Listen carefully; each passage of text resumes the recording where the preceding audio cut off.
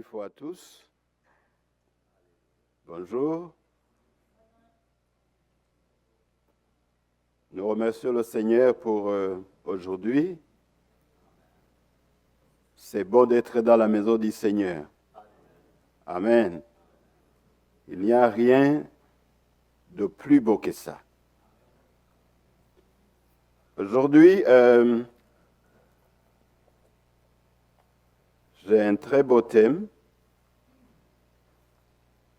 parce que nous sommes en train de nous approcher de la Pâque, où nous nous souvenons de la mort de Jésus-Christ, notre Seigneur et Sauveur, comme un sacrifice pour porter nos péchés.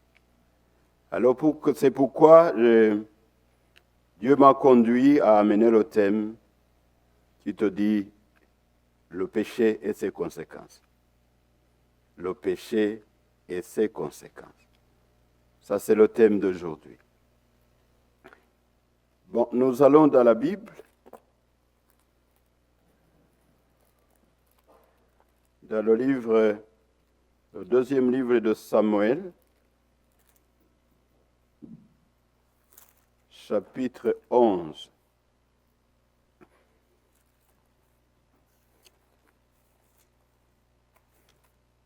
Nous allons lire une histoire qui est beaucoup connue par la plupart d'entre nous, mais ça va nous aider à penser encore une fois au péché et à ses conséquences. 2 Samuel, chapitre 11, depuis le premier verset jusqu'au verset 17. Nous lisons au nom de Jésus. L'année suivante, au temps où les rois se mettaient en campagne, David envoya Joab avec ses serviteurs et tout Israël pour détruire les fils d'Ammon et pour siéger Rabat. Mais David resta à Jérusalem. Un soir, David se leva de sa couche et comme il se promenait sur le toit de la maison royale, il aperçut de là une femme qui se baignait et qui était très belle de figure. David fit demander qui était cette femme et on lui dit, « N'est-ce pas Bathsheba, fille d'Eliam, femme d'Uri, le Héthien ?» Et David envoya des gens pour la chercher. Elle vint vers lui et il coucha avec elle. Après s'être purifié de sa souillure, elle est retournant dans sa maison. Cette femme devint enceinte et elle fit dire à David, « Je suis enceinte. » Alors David expédia cet ordre à Joab, « Envoie-moi Uri, le Héthien. » Et Joab envoya Uri à David. Uri se rendit auprès de David qui l'interrogea sur l'état de Joab, sur l'état du peuple et sur l'état de la guerre. Puis David dit à Uri, « Descends dans ta maison et lave tes pieds. » Uri sortit de la maison royale et il fut suivi d'un présent du roi. Mais Uri se coucha à la porte de la maison royale avec tous les serviteurs de son maître et il ne descendit point dans sa maison. On informa David et on lui dit, Uri n'est pas descendu dans sa maison.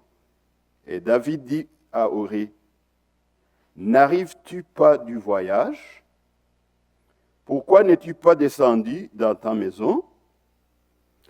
Uri répondit à David, l'arche et Israël et Juda habitent sous les tentes. Mon seigneur Joab et les serviteurs de mon seigneur campent en rase en campagne, et moi, j'entrerai dans ma maison pour manger et boire et pour coucher avec ma femme. Aussi vrai que tu es vivant et que ton âme est vivante, je ne ferai point cela.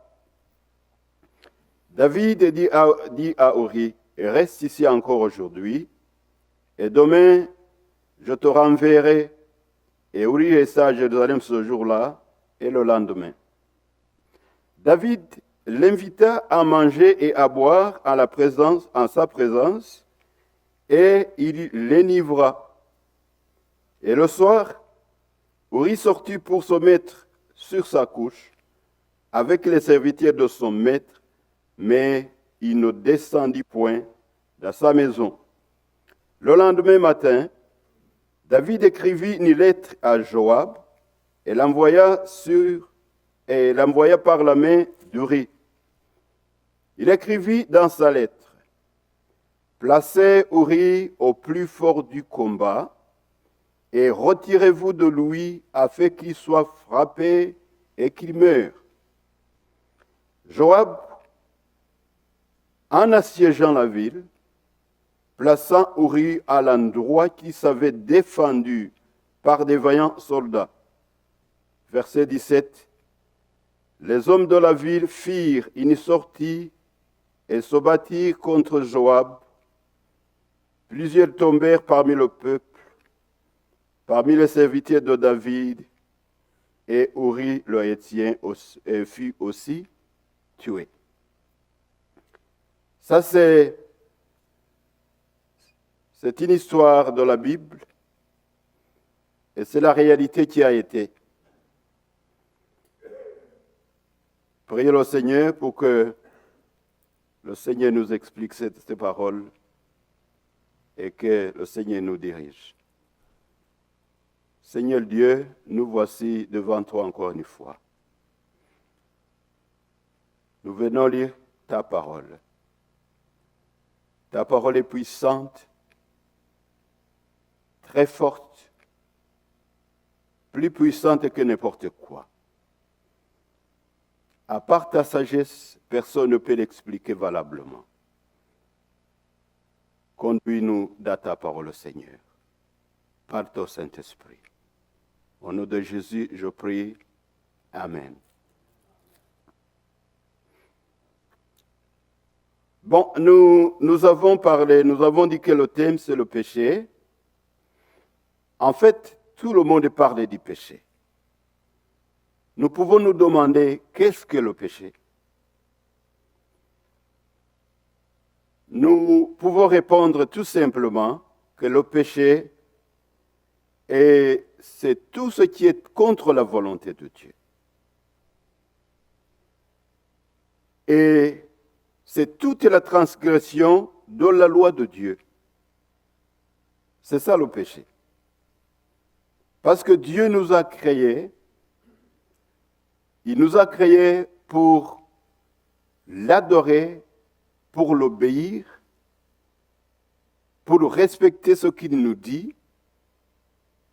Et quand nous faisons le contraire de ça, nous entrons déjà dans le péché.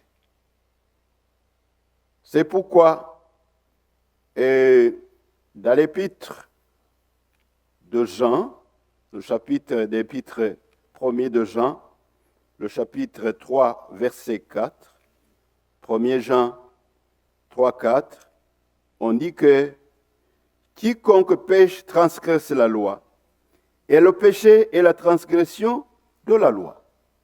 C'est ça le péché. Donc, le péché, c'est désobéir à Dieu, aller contre ses commandements, ça c'est le péché.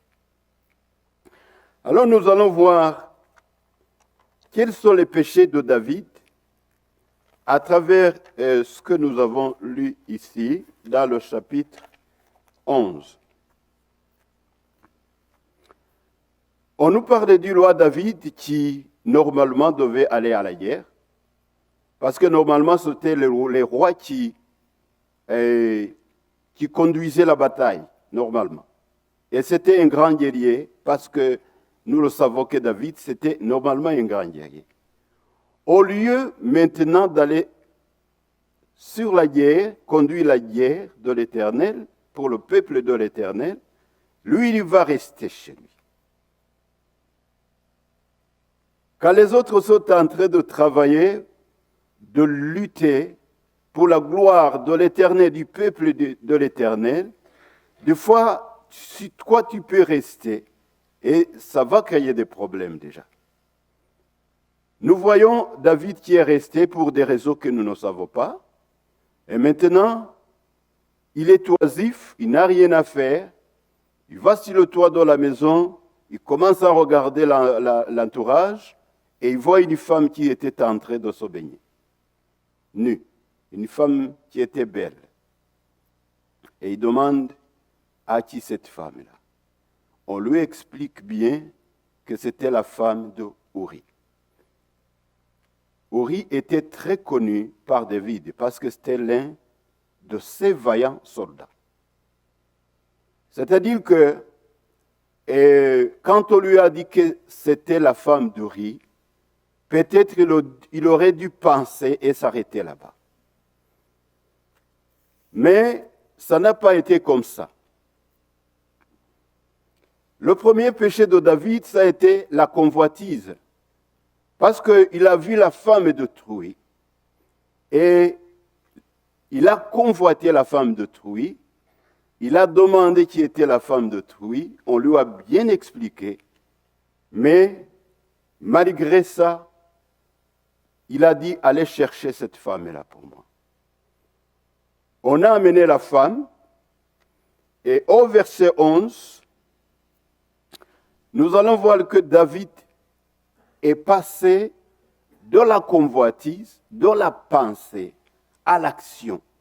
Il va faire amener la femme, il va se coucher avec elle. Ça, c'est le deuxième péché. Maintenant, il entre dans l'adultère, dans l'action du péché.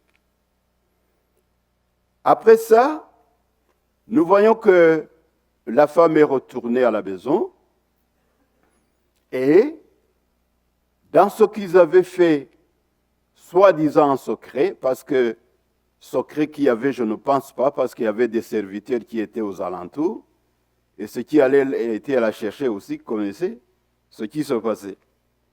Et alors, la femme va envoyer un message au roi, parce que David, c'est le roi, et dit, je suis enceinte.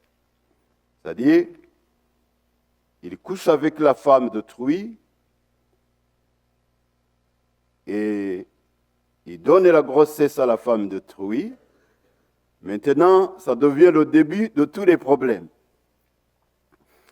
Bon, David, lui, il s'est assis, il a pensé, il a dit, qu'est-ce que je peux faire devant cette situation? Alors c'est à ce moment qu'a commencé à venir le troisième péché. Il a fait appeler Uri de la bataille, Uri qui était un vaillant soldat, et maintenant, il va commencer à créer des mensonges, à manipuler Uri. Donc, il entre dans le péché du mensonge et dans le péché de la manipulation.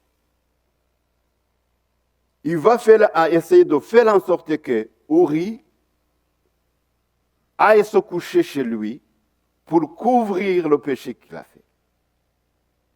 En fait, quand on tombe dans le péché, toujours on essaie de cacher la vérité. Nous avons lu comment il a essayé 3 fois d'envoyer Uri chez lui se coucher.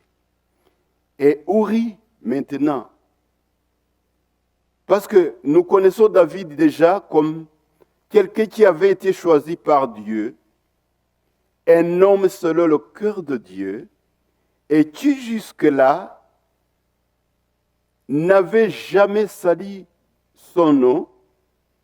Et maintenant, il est en présence d'une personne qui n'est pas le roi, d'un soldat, mais qui devient plus fidèle que lui. Il lui dit, tu ne fais qu'arriver maintenant, va laver les pieds et couche-toi avec ta femme. Et Uri le fidèle, qui connaissait Dieu et les principes de Dieu, il dit, comment puis-je aller manger, boire chez moi, alors que tout Israël est est dans les tentes et que l'armée d'Israël est dans la campagne qui se couche sur le sol maintenant. Comment puis-je, moi, me donner la paix et aller faire le plaisir de coucher avec ma femme? Uri a été plus fidèle que David à ce moment. Parce que le péché, David était en train de le pousser plus fort. Quand en fait, tu ne stoppes pas le péché directement, il te pousse plus loin encore.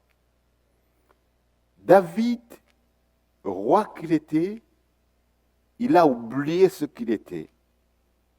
Il a essayé de convaincre Uri 3 fois. Et la 3e fois, il a fait même un péché de l'énivrer. Il a donné beaucoup d'alcool pour que Uri puisse faire des choses sans qu'il se rende compte de ce qu'il est en train de faire. Mais malgré tout, Uri est resté fidèle, s'est couché avec les serviteurs, il n'est pas allé chez lui. 4e crime de David. David, voyant que toutes les manipulations échouent, il va encore aller plus loin dans le péché. Il va penser maintenant à tuer Uri. Il écrivit une lettre de condamnation de mort et lui donna la lettre à celui qui allait être tué. C'est-à-dire que Uri a transporté sa mort dans le message vers Joab en disant au commandant Joab, cet homme-ci, nous avons lu au verset 15, placez Uri au plus fort du combat et retirez-vous de lui afin qu'il soit frappé et qu'il meure. Ça, c'est David. Effectivement, Uri a exécuté parce qu'il n'avait pas de choix. Et finalement, le meurtre est entré dans la maison de David. Uri a été tué. Donc, le péché du meurtre est entré dans la maison de David. Nous pouvons dire que le 5e péché, c'est que quand le plan a été exécuté, David s'est endurci. Il a fait comme si rien n'était, que c'est fini, que c'est classé. Et il a oublié qu'il y a quelqu'un qui voit et qui est assis sur le trône là, qui nous voit partout où nous allons et qui voit tout ce que nous faisons. Le Dieu tout-puissant qui le regarde. Je ne sais pas combien de temps s'est passé entre le meurtre d'Uri et le moment où Dieu lui a parlé, a envoyé un prophète, parce qu'à un certain moment, Dieu a envoyé le prophète Nathan pour bien parler à David de tout ce qu'il a fait et que Dieu l'a vu. Donc, il y avait là ce qu'on appelle l'endurcissement du cœur. Après le maître, David ne s'est pas repenti. Il n'a rien regretté. Il a pris la femme d'Uri, il l'a amenée chez lui, il a fait sa femme. Il a continué comme si rien n'était. Pas de repentance, pas rien du tout. Alors à ce moment, quand il continue, parce que le péché en général, ça ne s'arrête pas où ça commence. À moins que tu fasses quelque chose, mais ça ne s'arrête pas, ça va se répandre. Et c'est là où commencent les conséquences. Au chapitre 12,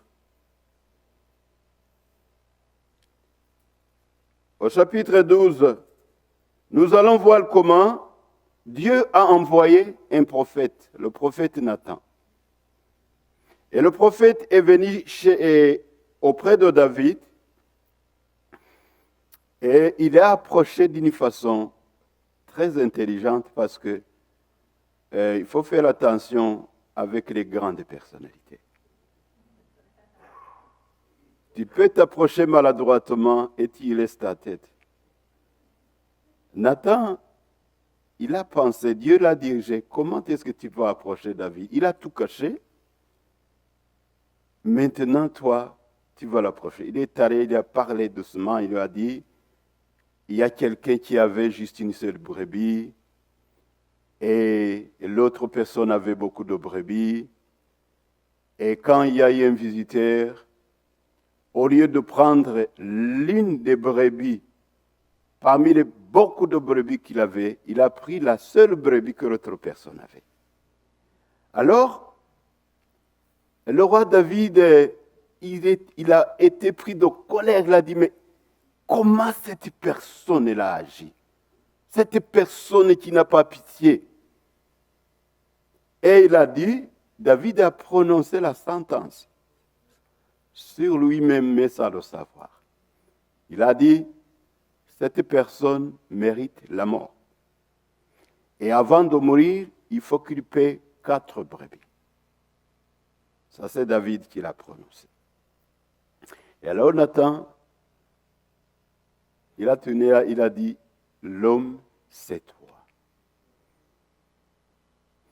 Des fois, nous condamnons les autres sans réellement penser que peut-être c'est nous qui sommes concernés. Et alors, Nathan, il lui a dit au chapitre 12, verset 7, Nathan dit à David, tu es l'homme là. Ainsi parlait l'Éternel, le Dieu d'Israël. Je t'ai oint pour roi sur Israël, et je t'ai délivré de la main de Saoul.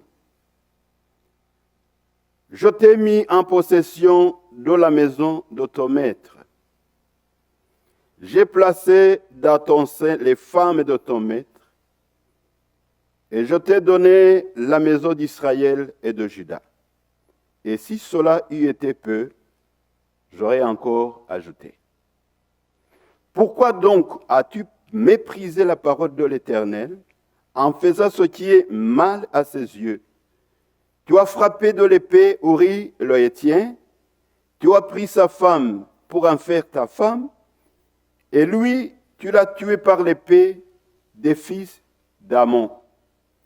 Maintenant, ça c'est le jugement de Dieu maintenant, maintenant l'épée ne s'éloignera jamais de ta maison, parce que tu m'as méprisé, et parce que tu as pris la femme d'Uri le Héthien pour en faire ta femme. Ainsi parle l'Éternel, voici, je vais faire sortir de ta maison le malheur contre toi, et je vais prendre sous les yeux tes propres femmes pour les donner à un autre qui couchera avec elle à la vue de ce soleil. Car tu as agi en secret, et moi, je ferai cela en présence de tout Israël à la face du soleil. Après le péché, toujours vient le jugement de Dieu. David, qui était en paix, qui avait des succès, parce que chaque fois quand il allait en guerre, David n'a jamais été vaincu, parce que toujours il marchait avec Dieu. David, c'est celui-là qui avait tué le lion, qui avait tué l'ours, parce qu'il marchait avec Dieu. David, c'est celui-là qui avait tué le géant Goliath, parce que la guerre qu'il faisait, ce n'était pas lui qui le faisait, c'était Dieu qui faisait ça pour lui, parce qu'il marchait bien avec Dieu. Et maintenant, à cause d'un péché qui est venu comme ça a commencé. Souvent, les péchés commencent d'une façon très légère. On n'y pense pas tellement, on pense que ça ne fait rien. Et ça grandit maintenant. Ça amène le jugement de Dieu chez David. Dieu lui dit, j'amènerai le malheur chez toi. et ce malheur viendra de ta famille, ta maison. Je vais prendre toutes tes femmes, on va coucher avec elles en public. Le jugement de Dieu à cause du péché. Alors, j'ai essayé de voir comment le péché a amené de graves conséquences chez David. Premièrement, avant que je ne lise, je ne parle de ça, en Romains 6, versets 22 à 23, Romains 6, 22, 23. On nous dit, mais maintenant, étant affranchis du péché et devenus esclaves de Dieu, vous avez pour fruit la sainteté et pour fin la vie éternelle. Car le salaire du péché, c'est la mort, mais le don gratuit de Dieu, c'est quoi? La vie éternelle en Jésus-Christ, notre Seigneur. Maintenant, parce que David avait péché, il commençait à recevoir le salaire maintenant du péché. Le salaire du péché, c'est la mort. La mort. Alors, qu'est-ce qui s'est passé à David? David, la première conséquence, c'est qu'il a provoqué la colère de Dieu. Ça, c'est la première conséquence. Qui était toujours fier de David, maintenant il est en colère avec David. Et le péché nous sépare de Dieu. Deuxièmement, l'enfant que Bathsheba a conçu. Nathan a dit à David, cet enfant-là, qui a été conçu sur le péché, il va mourir. Et Dieu a frappé le petit bébé d'une grave maladie. L'enfant était malade. David a prié parce qu'il savait comment il faut faire avec Dieu. Il a essayé d'implorer Dieu, il a jeûné. Il a prié pendant 7 jours sans manger, en se couchant à ras le sol. Mais malgré tout, l'enfant est mort. La mort commençait déjà à entrer dans la famille de David à cause du péché. Deuxième chose, David avait des filles. Il avait une fille très belle, vierge, qui s'appelait Tamar. Alors, l'un des fils de David, qui s'appelait Amnon, il aima sa sœur, c'était la demi-sœur, parce que les mamans n'étaient pas les mêmes. Et alors, il a convoitise. Alors, il chercha toutes les tromperies du monde pour avoir cette fille-là.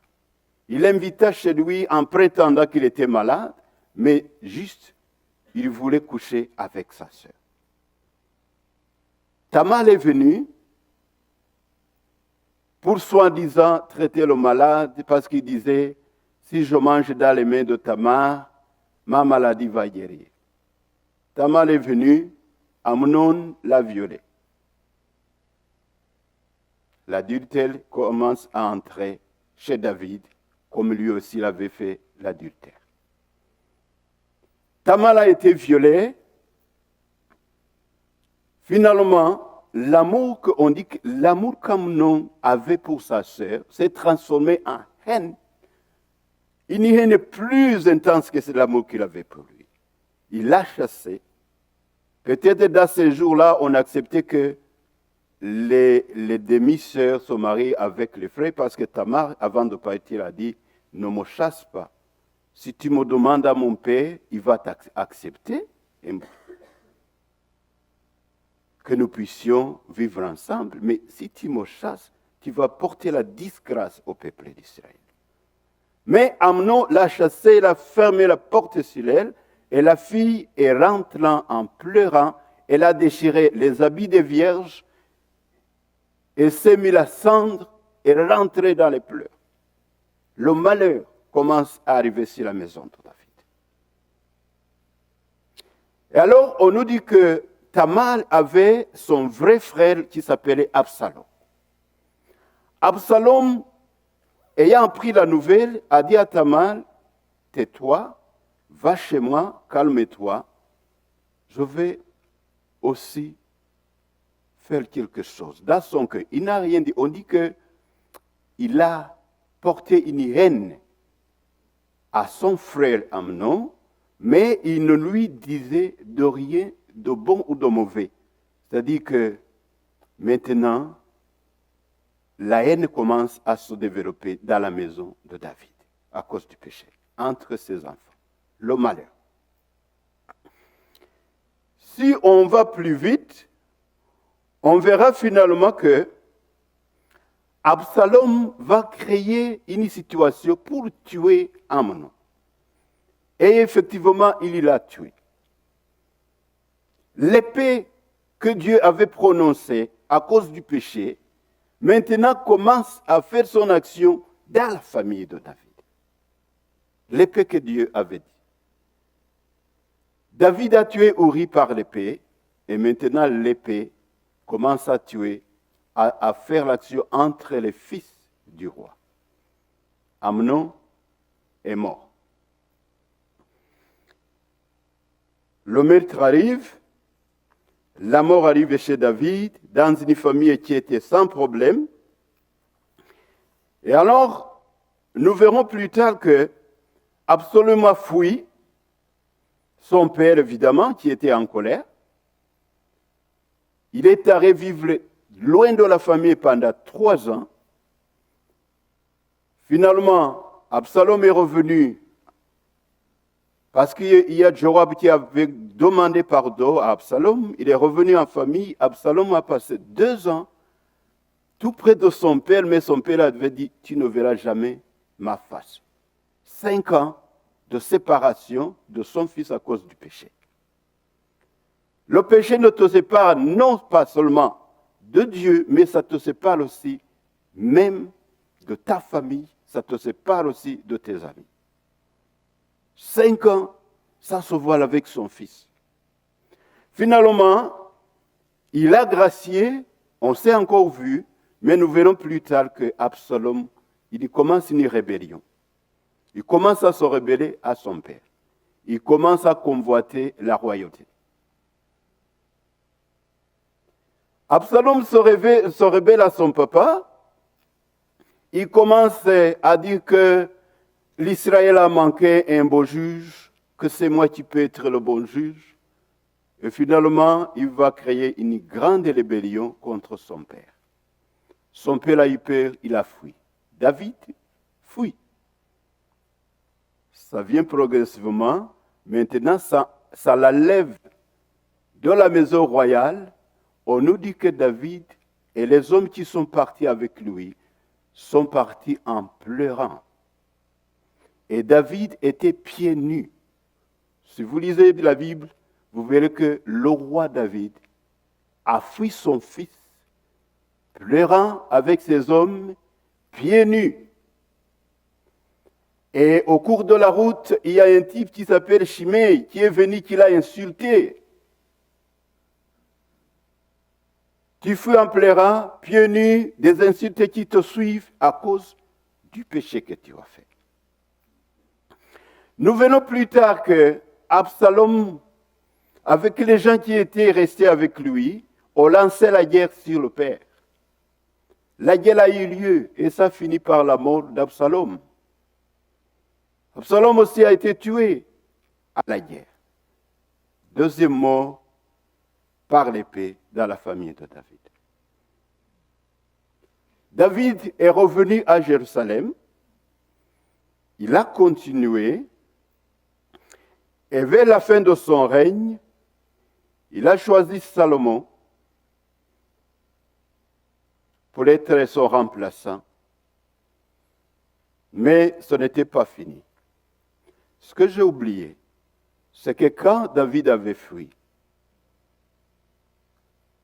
Absalom est resté à la maison royale. Et pour que la parole de Dieu s'accomplisse,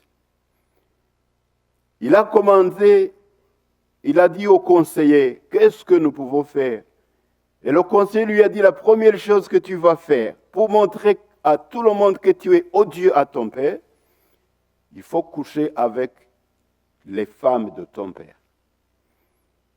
Il lui a dit, contesta l'initante en public, tu vas coucher avec les femmes de ton père. Il y avait 10 femmes qui étaient restées là-bas, de David. Tu vas coucher une à une au vu de tout le monde et tout le monde va savoir que tu es complètement ton père, que tu l'as déshonoré complètement. Et Absalom a fait ça. Ce que Dieu avait dit, tu l'as fait en secret, mais moi je le ferai en public, devant le soleil et devant tout le monde. David humilié par son père, son fils. Finalement, le fils meurt. David revient à Jérusalem.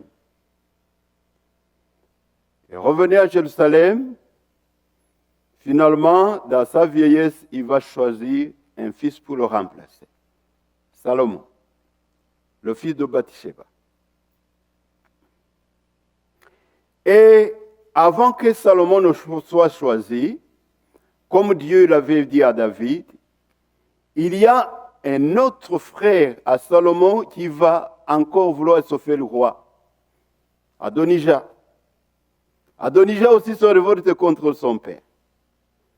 Et finalement, si je vais vite, Salomon a été choisi comme roi.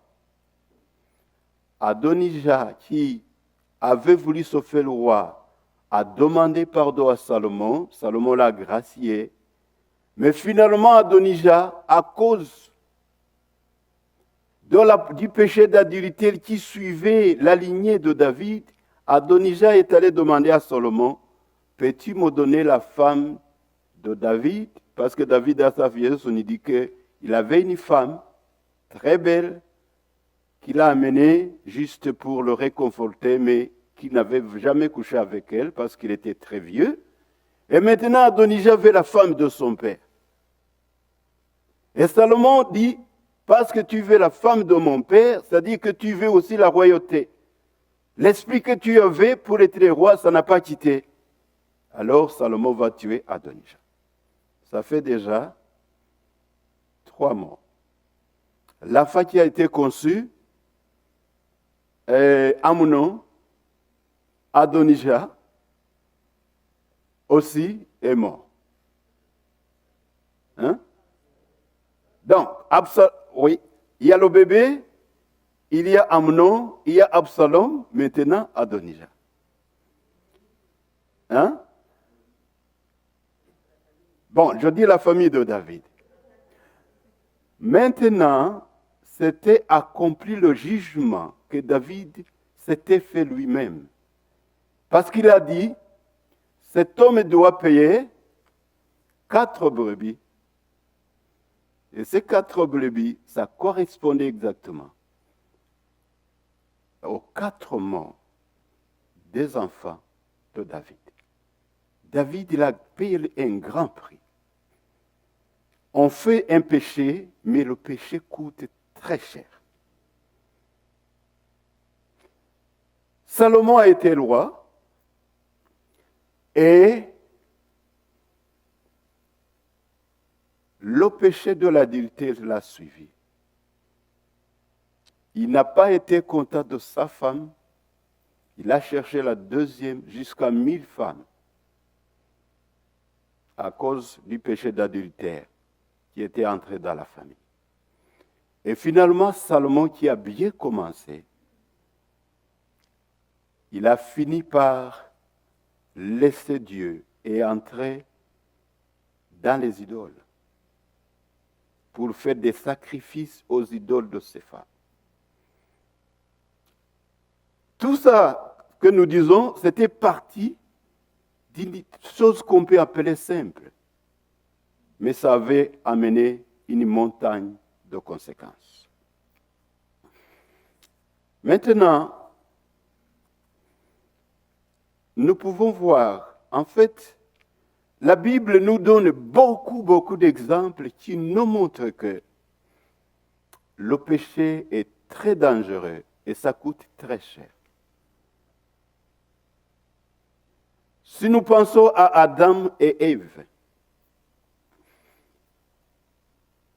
Dieu a créé Adam et Ève, il les a mis dans le jardin d'Éden.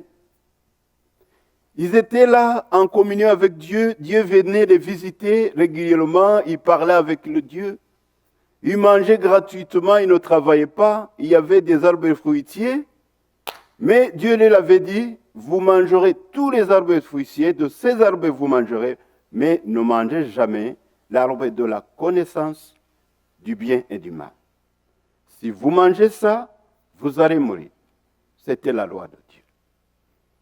Et alors un jour, vient le serpent qui normalement est Satan,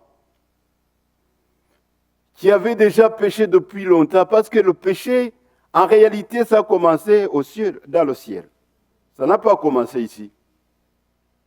Le premier péché, ça a été fait par Satan, qui était un bon ange, parce qu'on nous dit que c'était un bon ange qui était le premier des anges, c'était le chef des musiciens, et c'était le chef de l'administration divine, Lucifer. Et un jour, il a convoité la place de Dieu. Il a voulu le remplacer. Alors Dieu l'a chassé. Et c'est comme ça que le péché a commencé. Le grand péché, maintenant, il vient transmettre son péché à l'homme qui était toujours en communion avec Dieu, qui vivait avec Dieu, qui parlait avec Dieu. Alors, le serpent vient dire à Ève, et c'est vrai que Dieu vous a empêché de manger ce fruit? Ève a dit oui. Il a dit non, vous ne mourrez pas. Le mensonge. Si vous mangez ça, vous ne mourrez pas. Plutôt, vos yeux vont s'ouvrir et vous allez connaître, vous allez être très intelligent. Alors on nous dit que Ève a vu que le fruit était bon. Il a cueilli le fruit. Elle a mangé, elle a donné aussi à son mari. Alors Dieu est venu comme il venait le visiter. Le péché te sépare toujours de Dieu. On nous dit qu'après avoir mangé le fruit, ils se sont vus nus parce que le péché te met dans la nudité. Ils sont allés se cacher. Et Dieu a appelé Adam, où es-tu? Il a dit, j'ai senti ta voix, je suis allé me cacher parce que je suis nu. Qui t'a dit que tu étais nu? Le péché te met complètement à nu. Et alors, le jugement de Dieu est venu. On nous dit qu'Adam et Ève, quand Dieu a posé le problème à Adam, parce que Adam, c'était lui qui avait parlé avec Dieu. L'ordre était donné à Adam. Parce que la Bible, c'est toujours, on nous dit que toujours, donc Dieu a parlé à Adam, Adam a parlé à Ève, et Dieu a posé la question à Adam, pourquoi tu as fait ce que je t'ai empêché? Adam a dit, c'est la femme que tu m'as donnée, qui m'a amené le fruit. Quand le péché arrive, vous commencez à vous lancer les pierres. Finalement, le jugement de Dieu est venu. Dieu a dit à Adam, tu manges sans problème. Maintenant, tu vas manger à la sueur de ton front. Tu vas transpirer. Si nous travaillons, si nous nous sommes fatigués, c'est venu du péché. Avant, il mangeait sans problème, sans rien faire. Il lui a dit, tu amènes la malédiction sur le sol. Le sol qui te produisait des bonnes choses toujours, ça va commencer à produire des épines et les ronces. Avant, il n'y avait pas d'épines. ça a été produit par le péché.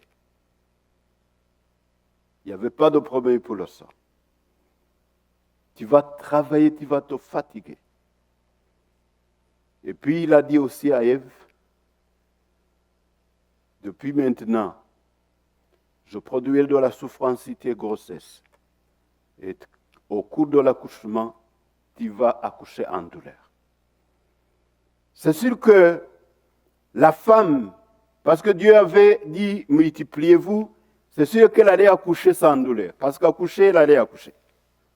Elle allait accoucher sans douleur, mais les douleurs sont venues de là, du péché. Et finalement, le grand jugement, Dieu lui a dit, vous allez mourir. Je l'ai dit, je vous ai dit. Maintenant, vous allez mourir, vous allez retourner dans la poussière, parce que c'est là où vous êtes venus. Vous allez mourir. Effectivement, l'homme a commencé à mourir. L'homme qui était créé pour vivre éternellement, parce que Dieu nous a créés en son image. On n'était pas destiné à mourir. Beaucoup d'exemples sont là. Je ne les dirai pas toutes. Ce qu'on peut dire, c'est que même s'il y a le péché, mais nous avons un Dieu miséricordieux. Le Dieu de grâce, lent à la colère et en beauté, près de bonté. Amen.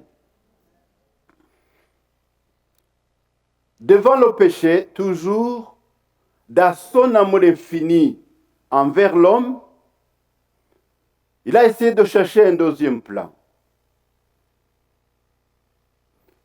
Avec Adam et Ève qui étaient nus, Dieu a dit, qu'est-ce que je peux faire? Dieu a pris un animal, il l'a tué, il a enlevé la peau, il a vêtu la nudité d'Adam et Ève. Dieu est très bon. Et puis, dans sa beauté et son amour, il a dit, mais cet homme que j'ai créé en mon image, je ne peux pas le lâcher.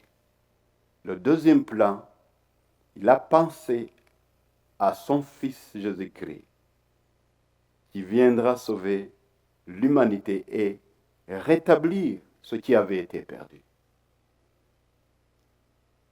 C'est pourquoi, dans le jugement du serpent, il a dit au serpent, les enfants de l'homme vont casser la tête du serpent. Même si tu vas blesser le talon, ils vont te casser la tête. C'est-à-dire, ils vont détruire complètement. L'enfant de l'homme va détruire complètement les péchés que tu as amenés. Amen. Pourquoi en fait, même si David a péché, pourquoi David il est resté devant Dieu tel que l'homme qui était selon le cœur de Dieu, malgré tout? Je vais vous dire pourquoi. Dans la lutte contre le péché, il y a deux choses. La première chose d'éviter le péché, c'est de savoir dire non. Je vous invite tous, et moi inclus, à toujours dire non au péché. Et c'est possible parce qu'il y a des gens qui ont dit non au péché. Quand nous nous souvenons de Joseph, quand la femme là le tentait pour l'adultère, il a dit non, je ne peux pas faire une chose comme ça qui va déplaire mon Dieu. Et la femme a insisté. La femme a voulu le prendre de force. Mais Joseph, il a couru. Si nécessaire, court pour fuir le péché. Dis non, si nécessaire, il faut courir. Il y a des gens qui ont dit non. Daniel a dit non. Quand on le disait qu'il devait toujours louer le roi. Il a dit non, même s'il était important. Ses frères, Shadrach, Meshach et Abednego, ils ne se sont pas prosternés devant les dôles. Non, ils ont dit non. Si même il a fallu qu'ils entrent dans le feu, mais ils sont entrés, mais ils ont dit non. C'est possible de dire non au péché. Amen. Maintenant, si tu as le malheur d'entrer dans le péché, il faut faire comme David. Quand Nathan lui a expliqué son péché, la première chose qu'il a dit, j'ai péché à Dieu. J'ai péché. Et Dieu lui a dit, Nathan lui a dit, tu ne mourras pas. Déjà avec le pardon, Dieu lui a enlevé la mort. Parce que normalement, David aurait été aussi tué d'une certaine façon ou mort par Dieu. Mais parce qu'il s'est repenti, il a reconnu directement son péché. Dieu a dit à Nathan, dis-lui qu'il ne mourra pas. Et puis, une autre chose. Quand l'enfant pour lequel il a prié, quand il est mort, David, il s'est levé, il s'est lavé, il s'est oint, et il est parti dans la maison de Dieu pour se prosterner devant lui. Il ne s'est pas fâché en disant, Dieu, j'ai prié, tu ne m'as pas entendu. Non, il est allé dans la maison du Seigneur, il s'est prosterné devant le Seigneur. Dans le psaume 32, dans le psaume 51, on parle de la repentance de David. Là où il dit que heureux les hommes dont les péchés sont pardonnés, dont les transgressions ont été effacées. Il est même arrivé à dire, Dieu enlève-moi le sang, le péché du sang versé. Ça, c'était David. Quand nous péchons, il faut savoir demander pardon. Parce que le pardon couvrait tout ça. Amen. David a demandé pardon, même s'il y a eu des conséquences, mais lui, devant Dieu, il est resté ce qu'il était, parce que nous voyons que dans sa vieillesse, quand il a essayé de construire la maison de Dieu, Dieu lui a refusé, il a dit que la maison sera construite par Salomon, mais Dieu a dit, j'affermis ta royauté pour toujours. Amen. Ça a été amené par le pardon, savoir demander pardon. Mais il y en a d'autres qui font des péchés, qui s'endurcissent complètement, jusqu'à la mort les détruit complètement. Comme son prédécesseur, Saoul. Saoul, il a péché, il n'a jamais demandé pardon. Il a persévéré dans les péchés jusqu'à ce qu'il meure le même jour avec ses fils et beaucoup de l'armée d'Israël.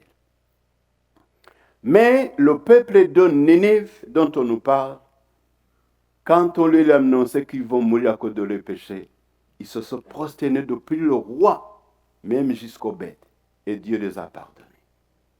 Ça, c'est le secret. Amen. Savoir dire non, parce que Jésus a dit non quand Satan est venu le tenter. Ça, c'est un exemple.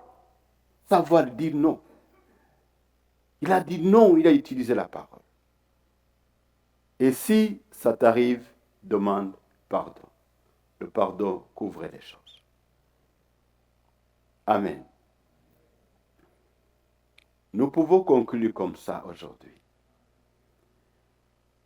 Nous nous approchons des jours où nous nous souvenons de l'amour de Dieu.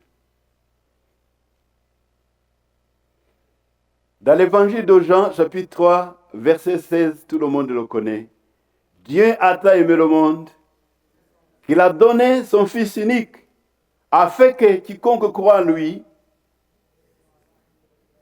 ait la vie éternelle, qu'il ne périsse pas, qu'il ait la vie éternelle. Ça, c'est une bonne nouvelle que nous pouvons actualiser maintenant.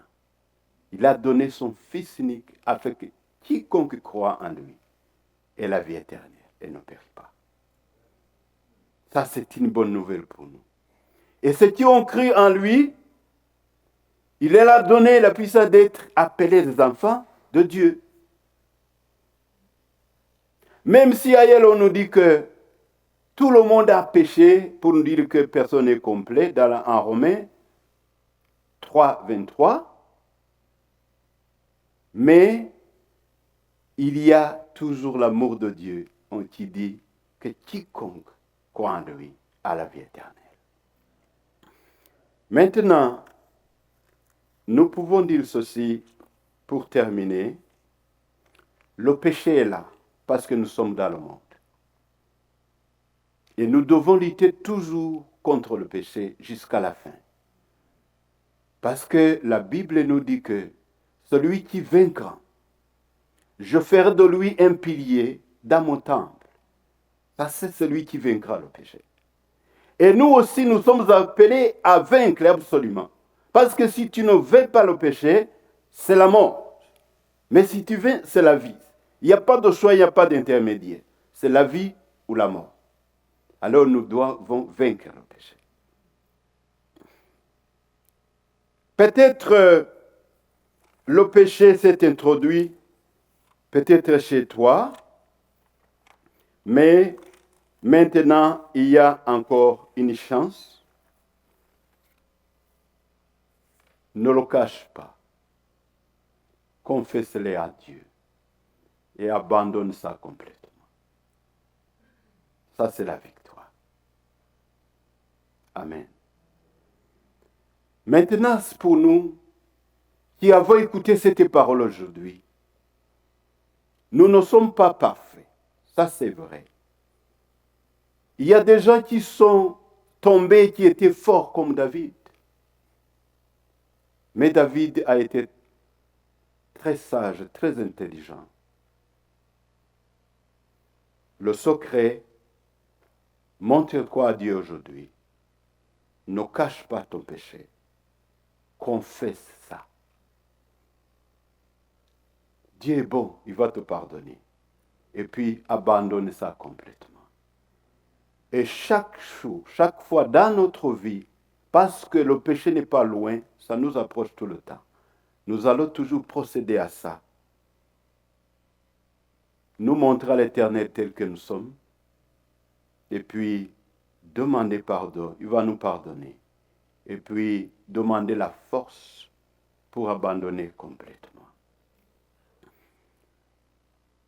Je ne vais pas dire que faire un appel ici, parce que ça nous concerne tous. Nous allons nous lever dans nos places. Et l'homme qui représente Dieu ici, notre pasteur Luc, qui a la place de l'ange qui représente cette église,